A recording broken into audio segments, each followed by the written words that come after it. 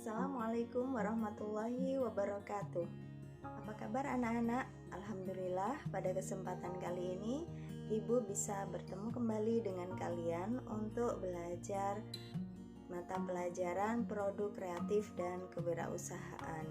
Pada kesempatan kali ini kita akan belajar tentang perencanaan, metode peramalan, indikator keberhasilan tahapan produksi massal, dan proses produksi massal. Pengetahuan tentang konsep ini sangat penting untuk kalian, terutama ketika akan melakukan sebuah produksi massal sebuah barang maupun jasa, sehingga apa yang akan dihasilkan nanti menjadi maksimal. Baiklah anak-anak, yuk kita ikuti penjelasan materinya. Perencanaan, metode peramalan, indikator keberhasilan tahapan produksi massal dan proses produksi massal. Perencanaan produksi massal. Apa pengertian perencanaan produksi? Perencanaan produksi adalah proses untuk memproduksi barang pada suatu periode sesuai jadwal yang telah ditentukan melalui pengelolaan sumber daya seperti tenaga kerja, bahan baku, dan peralatan. Perencanaan produksi ini berguna untuk mengarahkan seluruh aktivitas rutin tenaga kerja. Kemudian, ruang lingkup dari perencanaan produksi ini adalah: yang pertama, menyiapkan rencana produksi, kemudian membuat jadwal penyelesaian produksi, merencanakan produksi dan pengadaan bahan dari luar, menjadwalkan proses operasi tiap unit, dan menyampaikan jadwal pada pemesan. Apa tujuan dan fungsi perencanaan produksi ini? Tujuannya yang pertama, meminimalkan biaya produksi dan memaksimalkan keuntungan. Dengan membuat perencanaan produk, maka kita dapat mengoptimalkan segala sesuatu yang dibutuhkan dalam proses produksi, seperti penyediaan bahan baku, tenaga kerja, dan yang lain. Kemudian tujuan yang kedua, memaksimalkan kepuasan pelanggan. Tingkat kepuasan pelanggan terhadap produk ini menjadi maksimal. Kemudian yang ketiga, meminimalkan perubahan nilai produk. Perencanaan produksi yang tepat akan menimbulkan resiko kehilangan nilai produksi suatu produk. Contohnya, perusahaan bahan baku di gudang harus diproduksi sesuai dengan jadwal yang telah ditentukan. Kemudian, tujuan yang keempat, meminimalkan perubahan tenaga kerja. Ketika telah dilakukan perencanaan produksi dengan baik, maka perusahaan dapat menentukan berapa banyak tenaga kerja yang harus digunakan untuk menghasilkan suatu produk. Kemudian, tujuan yang kelima, memaksimalkan perlengkapan dan inventaris pabrik. Dengan melakukan perencanaan produksi dengan baik, maka penggunaan perlengkapan yang ada di pabrik menjadi maksimal.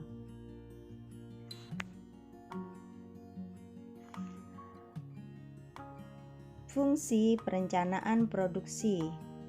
Fungsi yang pertama adalah menjamin rencana produksi dan pemasaran produk.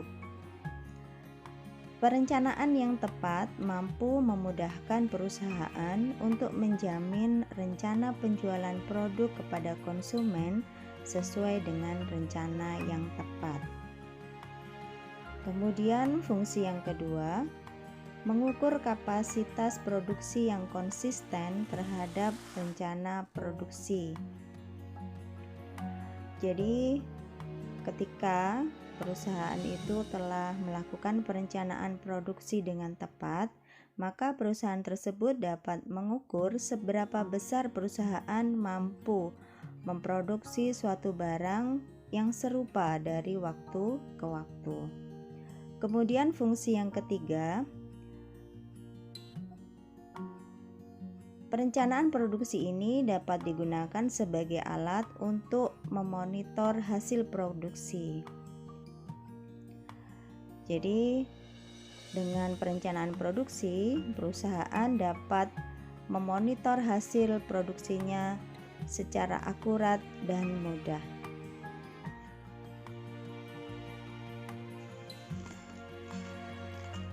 Anak-anak, dalam perencanaan produksi terdapat beberapa unsur.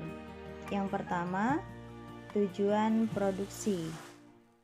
Tujuan ini harus dibuat secara jelas dan mampu dipahami oleh manajemen perusahaan, sehingga semua aset maupun sumber daya yang ada dalam perusahaan berusaha secara maksimal untuk mencapai tujuan produksi ini. Kemudian yang kedua, pengukuran dan standar produksi. Artinya, perencanaan produksi tidak hanya dilakukan berdasarkan tujuan saja, tetapi juga untuk mengukur kemampuan konsumen dalam menyerap atau memanfaatkan produk tersebut. Tentu saja ini berkaitan dengan proses pemasaran. Kemudian yang ketiga, perencanaan merupakan fakta objektif. Jadi dalam proses perencanaan produksi harus dilakukan dengan prinsip apa adanya dan memiliki pemikiran yang rasional, bukan hanya angan-angan. Jadi semua perencanaan itu dibuat berdasarkan fakta-fakta yang ada, kemudian dianalisis sehingga dapat diterapkan secara maksimal. Kemudian yang berikutnya, perencanaan harus bisa diukur. Artinya, sekalipun hanya mengira-ngira, namun perkiraan itu harus benar dan tidak menimbulkan kerugian bagi perusahaan.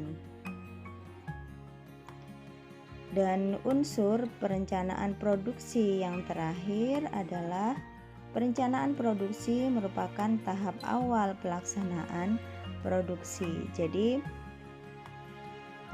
ketika sebuah perusahaan itu melakukan perencanaan produksi, ini harus dijadikan sebagai langkah awal bagi perusahaan dalam menghasilkan produk yang dibutuhkan oleh konsumen.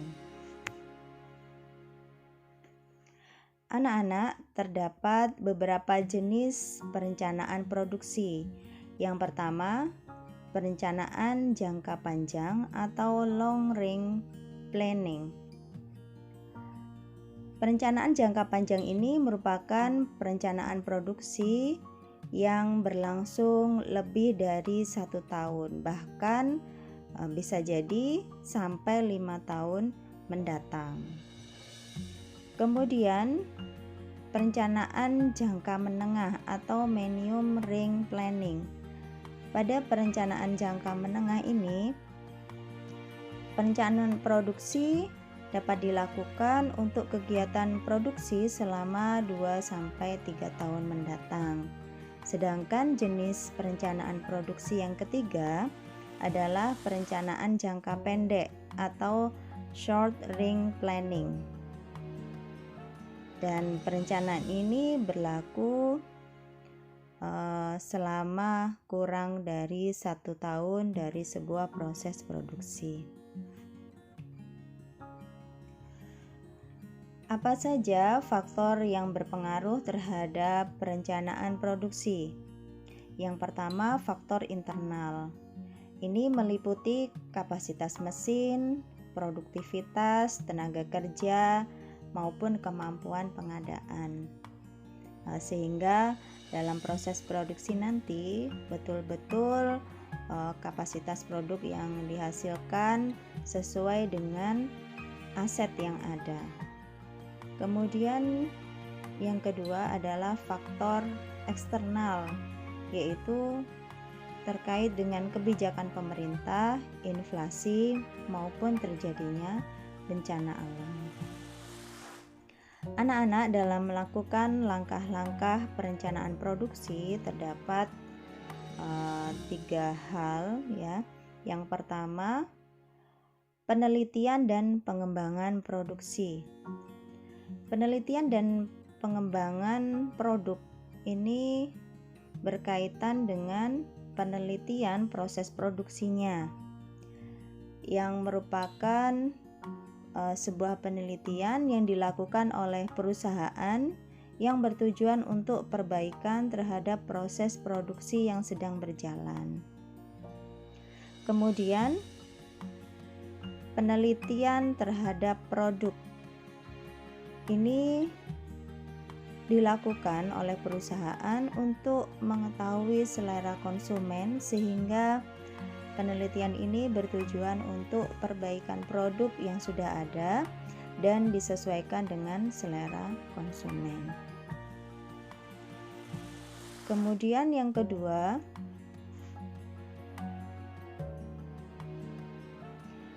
mencari gagasan dan seleksi produk. Hal ini terdiri dari beberapa langkah. Yang pertama, mencari gagasan.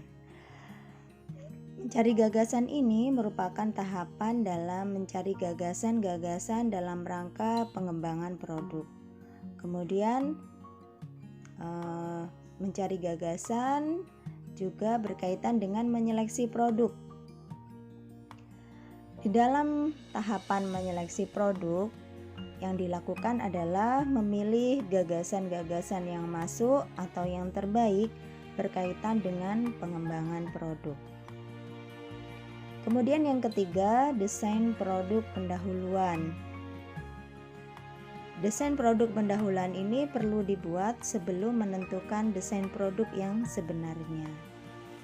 Kemudian yang keempat, pengujian. Pengujian merupakan kegiatan untuk menguji apakah produk layak dikembangkan atau tidak, baik dilihat dari potensi pasar ataupun konsumen, yang hal ini merupakan bagian dari keseluruhan produk yang dibuat. Kemudian yang kelima, desain akhir. Desain akhir ini dibuat bila hasil pengujian produk layak untuk dikembangkan.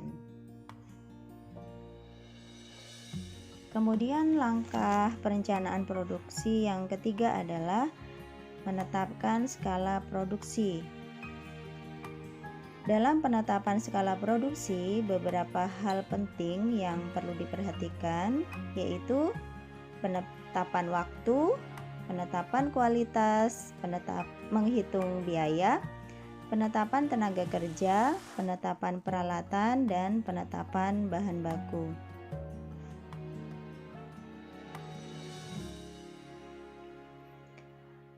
Baiklah anak-anak, selanjutnya kita membahas tentang metode peramalan dalam produksi massal. Apa yang dimaksud dengan peramalan ini? Peramalan adalah proses untuk memperkirakan berapa kebutuhan di masa yang akan datang, yang meliputi kualitas, kuantitas, waktu, dan lokasi yang dibutuhkan.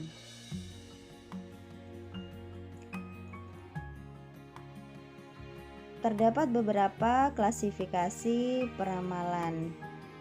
Yang pertama, peramalan jangka panjang, ini berkisar antara 2-10 tahun. Kemudian peramalan jangka menengah 1-24 bulan. Dan yang berikutnya, peramalan jangka pendek yaitu 1 sampai 5 minggu.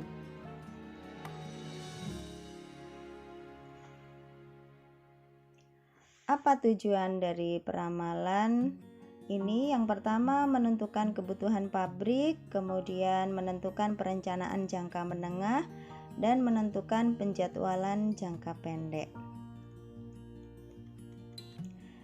Nah,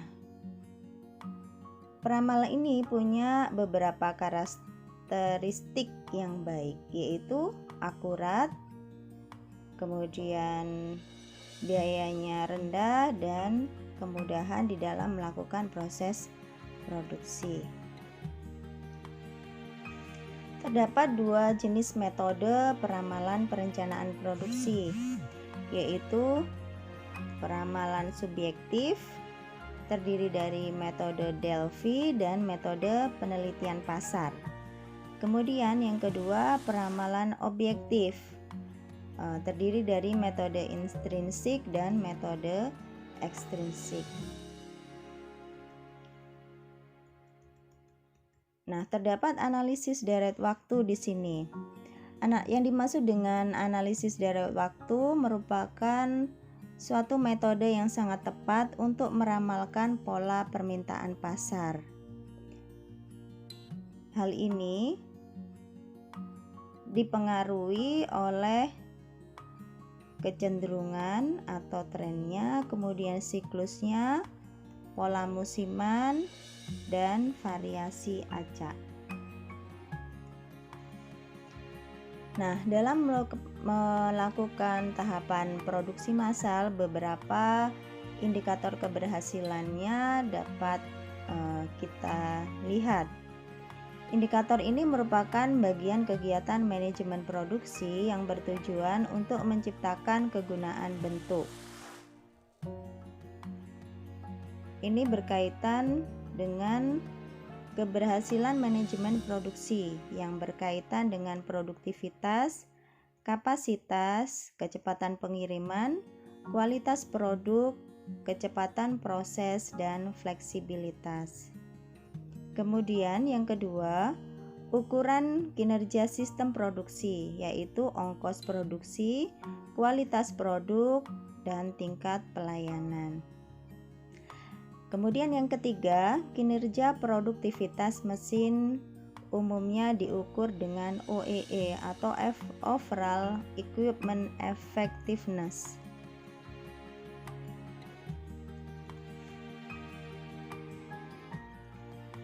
Nah, beberapa tahapan pengukuran ketika menggunakan OEE yaitu memulai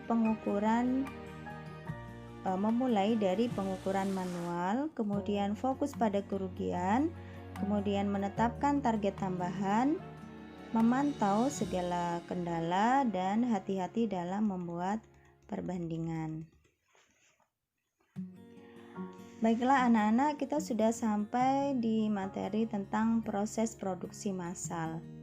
Perlu diingat kembali bahwa proses produksi merupakan suatu cara atau metode untuk menambahkan kegunaan suatu barang dan jasa menggunakan faktor produksi yang ada agar lebih bermanfaat dalam memenuhi kebutuhan.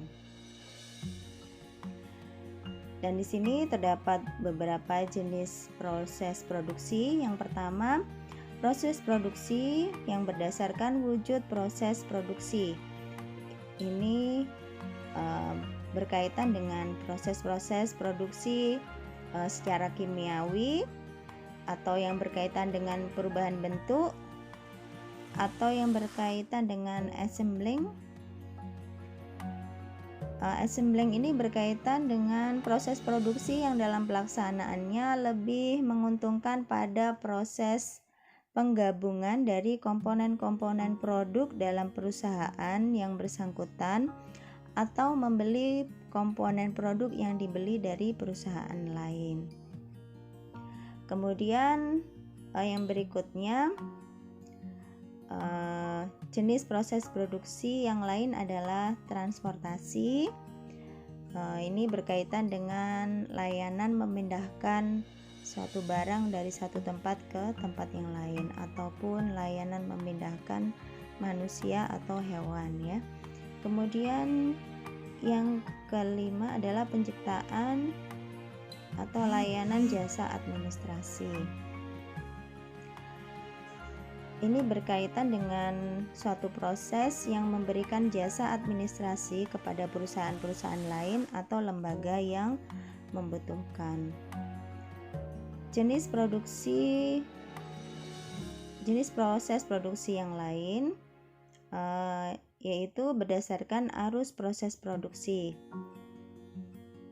Terdiri dari proses produksi yang berlangsung terus-menerus, terputus-putus, dan proses produksi campuran. Kemudian jenis berikutnya yaitu proses produksi yang berdasarkan penyelesaian proses produksi. Ini terdiri dari beberapa tipe. Tipe A dapat diperiksa dengan mudah, tipe B dapat diperiksa dengan melalui beberapa tahap, tipe C ini terdapat beberapa penggabungan komponen produk, tipe D proses produksi menggunakan mesin otomatis, dan tipe E berkaitan dengan perusahaan dagang dan jasa. Kemudian jenis proses produksi yang lain adalah proses produksi berdasarkan bahan mentah. Ini berkaitan dengan hal-hal yang bersifat analitik ataupun sintetik. Sintetik itu menggabungkan beberapa input atau bahan mentah menjadi satu barang yang lain. Sedangkan analitik merupakan suatu bentuk proses produksi yang menciptakan beberapa barang dari suatu jenis bahan mentah atau input.